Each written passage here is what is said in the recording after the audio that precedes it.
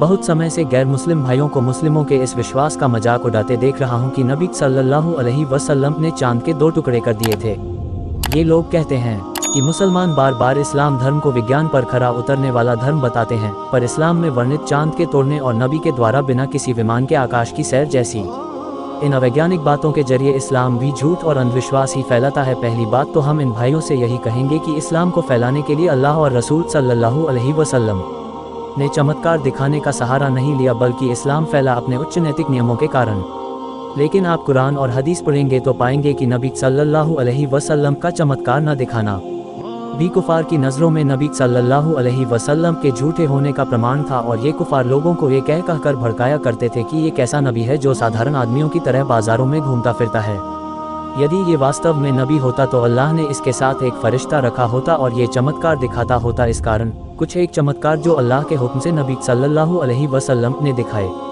वे एक तो इसलिए ताकि कुफार के आरोपों को झुठलाया जा सके, और दूसरा कारण ये कि वे गैर मुस्लिम जो चमत्कार को ही ईश्वर की निशानी मानते थे और सम्मोहन करने वाले जादूगरों के जादू के कारण ही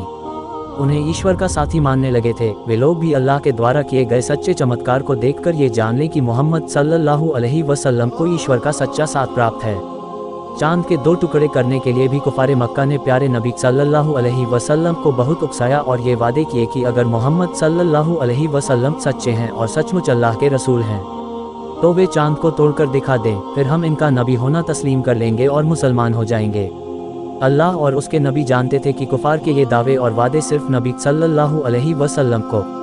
झूठा साबित करने की नीयत से किए गए हैं, इस्लाम कबूल करने की नीयत से नहीं। लेकिन यहाँ नबी सल्लल्लाहु अलैहि वसल्लम की सच्चाई को दांव पर लगाया गया था। सो अल्लाह की मर्जी से नबी सल्लल्लाहु अलैहि वसल्लम ने उंगलियों के इशारे से चांद के 2 टुकड़े करके अपनी सच्चाई का सबूत भी कुफार को दिया, और कुफार का ये झूठ भी दुनिया के सामने ले आए कि चांद के टूटते ही वो मोहम्मद सल्लल्लाहु अलैहि वसल्लम का नबी होना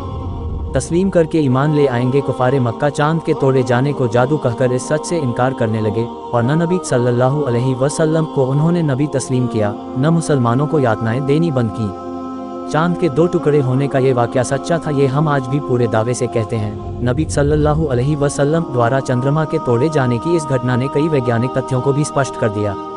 जिनकी पुष्टि आज भी अंतरिक्ष विज्ञानी करते हैं। चांद को देखकर दुनिया में पहले की आबादियां उसे एक ठंडी रोशनी का पुंज समझती थीं, जैसे सूरज एक गर्म प्रकाश पुंज है और रोशनी को न छुआ जा सकता है